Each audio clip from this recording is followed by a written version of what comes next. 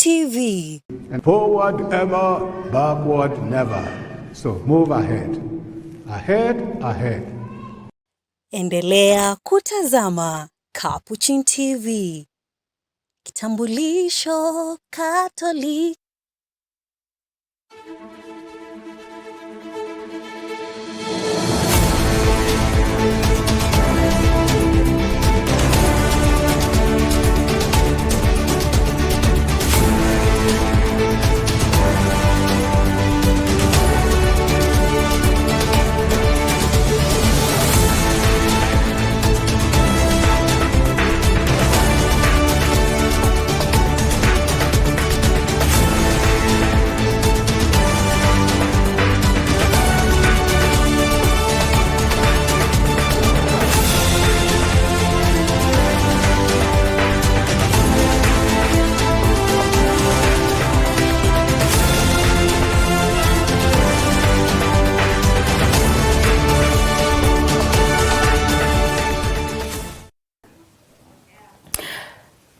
It is the 9th day of September 2025. Good evening and welcome to the Catholic Focus News.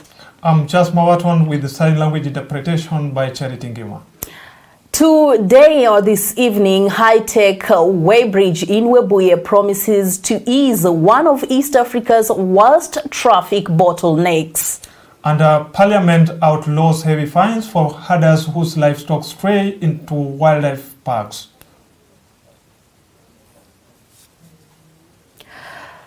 And of course, plus a sweeping anti-corruption purge sweeps through Machakos County offices. Stay with us for these stories and much more.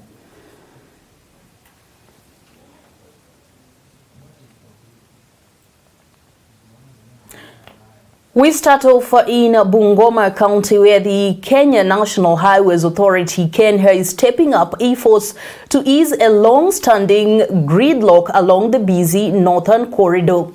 A new automated weighing machine at the Webuye weighbridge can check heavy trucks in just 30 seconds, a move expected to cut delays for drivers and boost cargo flows and to and fro the Malaba border, one of East Africa's busiest gateways. Yvonne also brings us the details. The system, which weighs a truck in just 30 seconds, has boosted efficiency at the station, enabling it to process up to 1,000 trailers every day. Webuye Weighbridge manager Seth Ongwae says the innovation has eased congestion along the busy highway and cut long delays for truck drivers. Traffic and congestion, we have installed high-speed weighing in motion, that is called the HS Swim, both on Malaba bound and Eldoret bound. Now, before we didn't have the HS Swim, the high-speed weighing in motion, and it was only on one side, which was the Malaba bound side. During our improvement, the weighbridge improvement, we installed the HS Swim that was down. Now it is up. We also did HS Swim on the Eldoret bound that now filters trucks that come from both ends. We also did a weigh station in Eldoret bound that weighs trucks coming from Malaba. That is how we have tried to manage the traffic at Webuye. He added that snarl-ups at the Malaba border were often caused by drivers arriving late at the weighbridge, others evading weighing altogether, and about 5% of trucks carrying excess loads. The challenges we face is we have transporters or truck drivers who are not patient enough.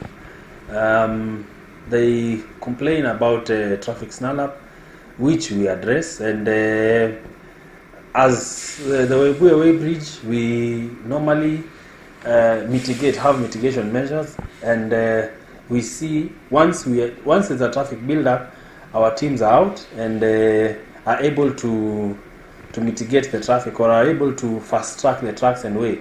Our operators weigh trucks in less than 30 seconds, so there is no cause of traffic snarl-up at the station.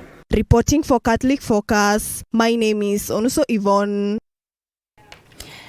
That's quite a game changer for truckers along that busy corridor, right? Actually, ever before, there was kind of difficulties in the lorries passing by the border. Absolutely. But now with the new changes that we have seen over there, I hope all will be well for them. But 30 seconds instead of hours in the line will definitely keep the goods moving and of course the tempers cool. But isn't it just so exaggerated? 30 seconds from hours? I think perhaps it depends with the technology that they are using. Perhaps it is just okay. We cannot maybe start saying that now, 30 seconds, blah, blah, blah. No. So the truckers will no longer have that time to cook, because usually we would see them they light the fire and start cooking. There's no time for cooking this time around.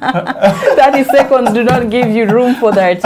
Anyway, moving forward from Bungoma to Taita Taveta, where for years communities living near wildlife reserves have been forced to pay hefty fines to the Kenya Wildlife Service, KWS, whenever their livestock strayed into protected areas. But a new law has now changed that. Taita Taveta MP John Bwire says Parliament has outlawed the practice, declaring the fines unconstitutional and urging Kenya Wildlife Services to comply with the new legislation. Our reporter Gabriel Mwakoma is in Taita Taveta and has this report.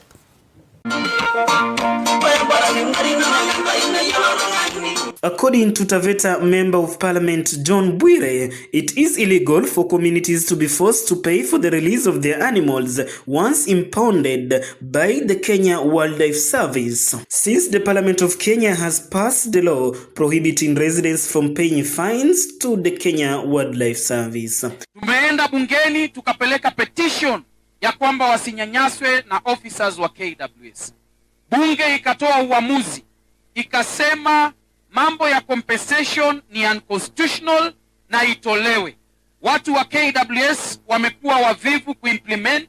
The MP now wants the KWS to comply with the new law, noting that the residents of Taveta and other regions have suffered injustices for far too long. Lakini kwa sababu wewe ni rafiki yetu na unakaa kwa cabinet na unaona wazee wa jamii hii wanaendelea kuteseka, tunaomba ukifikisha kwa cabinet, mwambie Mheshimiwa Rais, mimi nitakupatia hiyo ripoti ya bunge, mwambie Mheshimiwa Rais, hii mambo ya compensation ya KWS. Saa hizi Mheshimiwa Waziri unaleta chakula kwa sababu chakula yote hapa imeliwa na ndovu. KWS hawatachukua miaka 10 ndio watufanyie compensation. Lakini sisi tukienda kuchunga dakika moja, ng'ombe yetu haitolewi mpaka tulipe hiyo compensation. Sisi hiyo tumekataa, hatutakubaliana na yenyewe, na kwa sababu bunge imesema hiyo ni kinyume cha sheria, sisi hatutakubali hiyo maneno. Ni kweli si kweli? His remarks came at a time when farmers in Taveta continue to decry the frequent invasion of their farms by wildlife, which has led to massive destruction of crops and food supplies, causing heavy economic losses for many households. Gabriel Mwakoma, Taita Taveta. That's a major relief for herders who have borne the brunt of the heavy fines for years. Absolutely, because you see, if you hear such scenarios over there, and you can see the way that place is, it is dry. Very dry. Very dry. I wonder if the wildlife... But maybe something to do with the fisheries would be more interesting for you, right? Oh, absolutely. Not the livestock keepers. Because that is what I'm used to. Yeah, sure. Now, moving on, a sweeping anti-corruption purge has hit Machakos County. Governor Wawinya Ndeti has suspended dozens of county staff after investigation exposed widespread financial malpractices. Speaking from her office, the governor said the crackdown was triggered by irregularities, including underreporting of fees, issuance of fake receipts, diversion of county funds, and collusion between staff and members of the public. Here is Maureen Kimani with that report. The suspended officers are drawn from key departments such as administration, trade, legal licensing, billing, revenue collection, ICT, inspectorate, fire services and cashier operations. Despite existing policies and controls, fraudulent activities continue to surface in revenue collection. These fraudulent activities include underreporting of the collected fees, diversion of funds, issuing of fake receipts and permits, among others. While the county has invested heavily in digitization, our revenue collection system, it is quite unfortunate that some public servants continue to collude with members of the public to obtain permits through illegal means, whilst some are even unaware that they are being conned by these characters. Reaffirming her administration's zero-tolerance stance on corruption, the governor said her leadership is committed to transforming public service by entrenching transparency and accountability.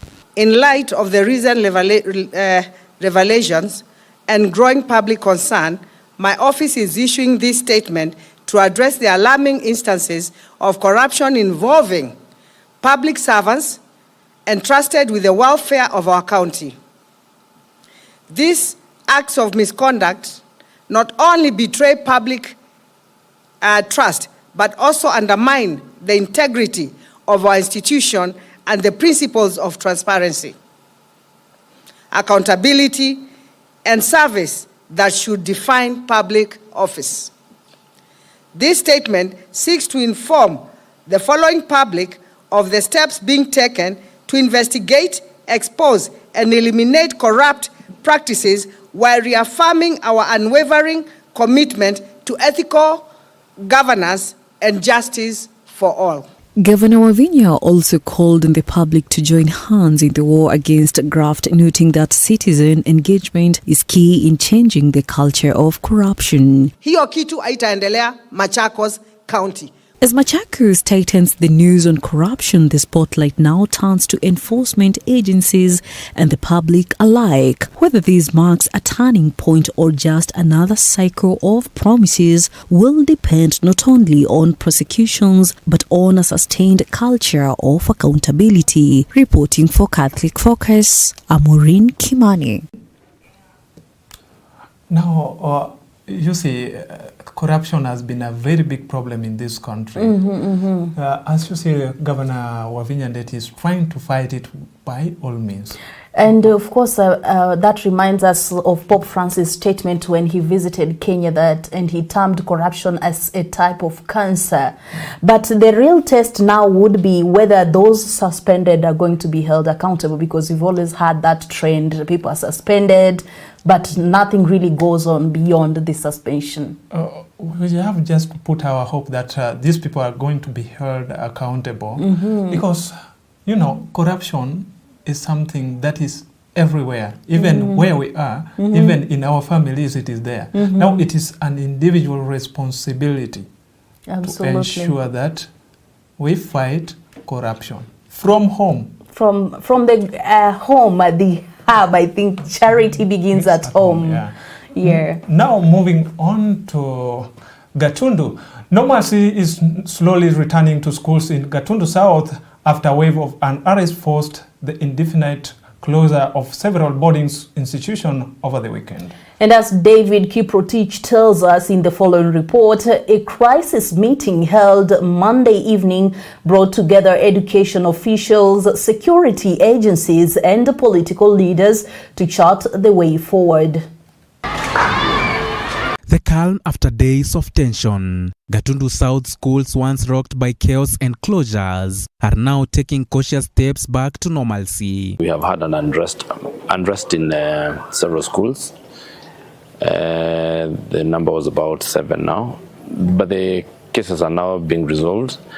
The crisis meeting convened in Gatundu brought together county and sub-county education directors, school boards, security teams led by the Assistant Deputy County Commissioner and Area MP Gabriel Kagombe. A the heart of the discussions: how to restore stability and rebuild trust in learning institutions. We were all up here in a 3-hour meeting discussing what action to be taken. We have discussed the unique issues from different schools, and we've been able to identify a solution to all of them. The unrest left a trail of destruction. Dormitories and students' belongings were reduced to ashes in schools, including Ushekeni Girls, Gadhiru Boys, Muhoho Boys, and Muroria Boys High School.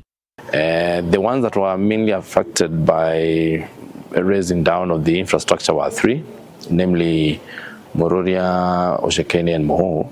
And we've agreed with the principals that they will be able to take care of that situation without further ado. So they'll be able to call back the students immediately. According to MP Kagombe, some institutions like Queen of Rosari Nembu Girls have already reopened, while the remaining 6 schools are expected to resume later this week and early next week. Those children have been released on bond. This being minors, the process of making sure that they are in court is different from the way you process an adult, and therefore for the process to be within the law, it takes a little longer. You need the children's officers' reports and such things, and so the DCI is going through the normal procedure as guided by the CPC, and therefore they'll be getting advice from the DPP on how to proceed. The legislator attributed the chaos to exam pressure, strict frisking of learners during re-entry, and unpopular reporting deadlines, with some schools requiring students to report as late as 4 p.m. instead of the usual midday. And I'm happy to report that now we have started coming back to normalcy. I can report that Queen of Peace Nembu has come back today, and we've agreed that by the end of the week, all the schools should have come back. In the meantime, the Education Office and local authorities say they will remain on high alert to prevent further disruption as schools reopen in phases. This term normally is a tough one because there is no midterm, there is no activities, there is no drama festivals, there are no sports. And it's also a time when the Form 4s are going to be doing their national exam. So there was tension related to that mainly. And as you'd imagine, then that would raise other issues or rations and issues of frisking when they're coming back to school and, general issues that you would expect students to have. But I would imagine it was just partly exam fever and such things, but they will be addressed. We have agreed on what steps each principal should take to make sure that we have calm and normalcy. Reporting for Catholic Focus, my name is Kiprotich David. Well, from matters education to matters lands, the Ministry of Lands, in partnership with the Kisii County government, has moved to sensitize residents on proper land use amid growing pressure on available farmland. Speaking at a forum held at Kisii University and graced by the Governor Paul Simba Arati, leaders stressed that shrinking land sizes compared to previous generations call for a shift in how land is utilized. They urge the residents to embrace modern farming methods and proper land planning to ensure sustainable use of their parcels. The leaders further cautioned against outdated practices such as haphazard land subdivision, saying they no longer meet the needs of rapidly changing society. Let's take a look. It is one of the counties which is experiencing this problem. If you flew over Kisii, I'm talking about Gusii. Emira Kisii, you will realize there is the rural slum that's coming up. When we're talking about the issue of this affordable housing, it's something that can be able to ease the pressure on issues of land. If you travel in China, where there are people close to 1.5 billion, they have enough food. My fear is that if we do not, and I want to thank the partners here, the effort that they have put in. If we do not intervene at the moment, it will be too late. Actually, Kisii could be one of the places which will be struck by a famine and will be having problems where we expect the famine food coming in. Therefore, as a county, we're happy to partner with our friends here, FAO, European Union, to see how we can be able to sort it out. The good thing, we have this university. Professor Geji has a responsibility, indeed, to sort out this problem as the head of the university, because we depend in issues of research to come from the university here. Therefore, looking forward, the whole team, if FAO is here, they have done some good work, some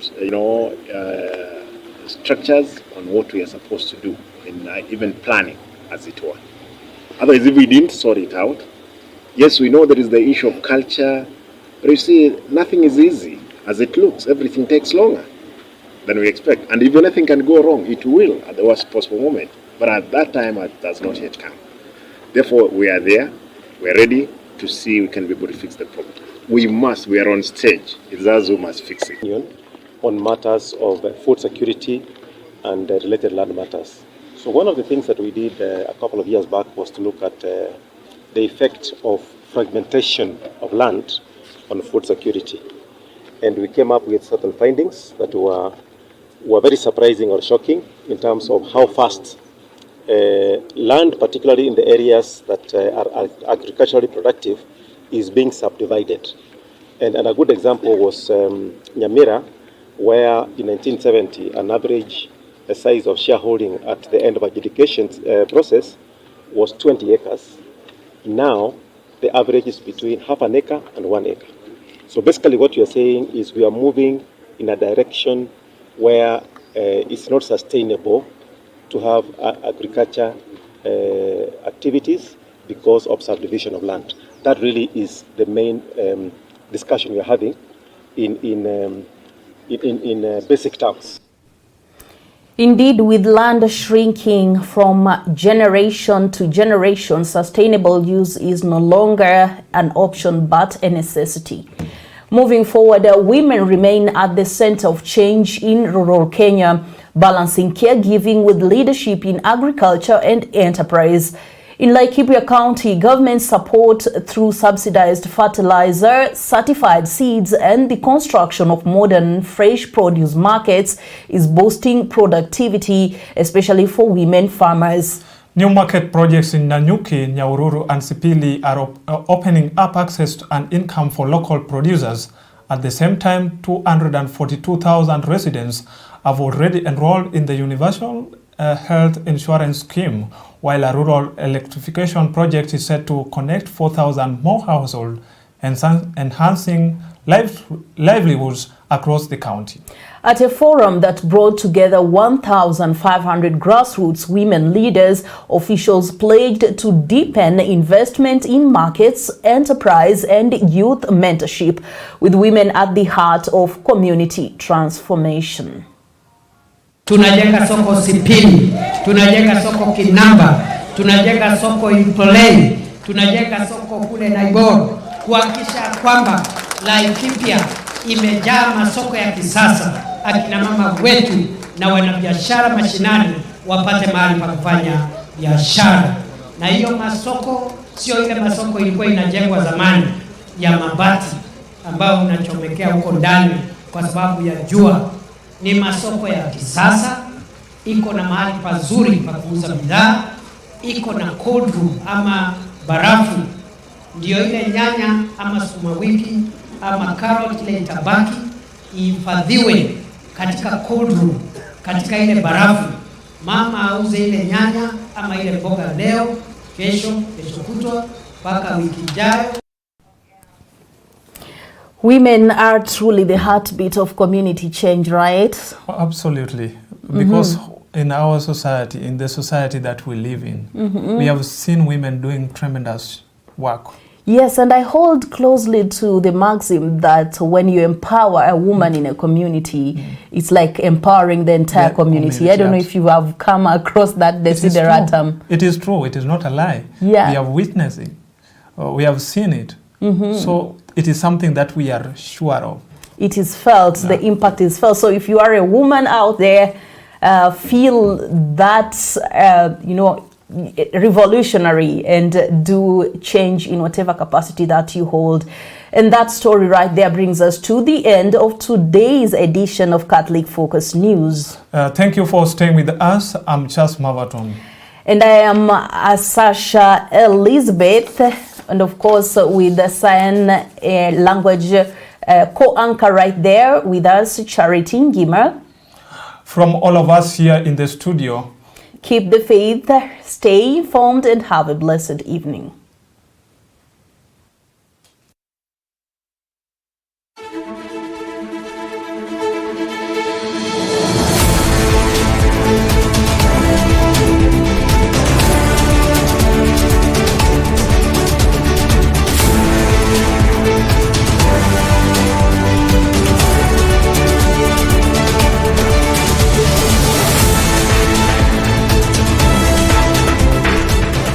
Keep watching Capuchin TV, your staunchly Catholic identity channel.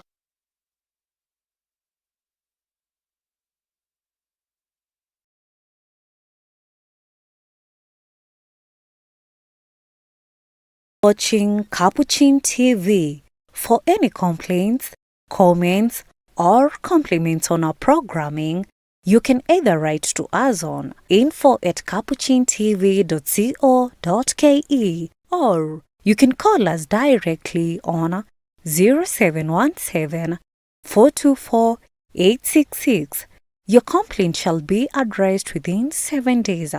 Remember to keep a copy of your communication with us. Keep watching Capuchin TV, your Catholic identity.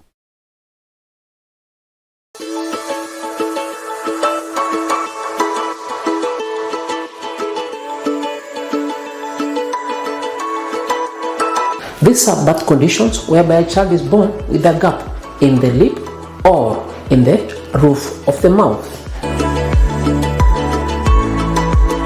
These are babies who are very vulnerable to get malnutrition. And so in my discuss nutrition, one of the things I discuss with these mothers is one, monitoring them in terms of weight, in terms of height, and making sure these babies are growing well. Cleft and lip surgeries. This is going to be taking place from the 29th of September to 2nd of October. And I want to welcome all of you so that you can be able to come here and participate in the surgeries that we'll be doing for free. We got you and you're all welcome.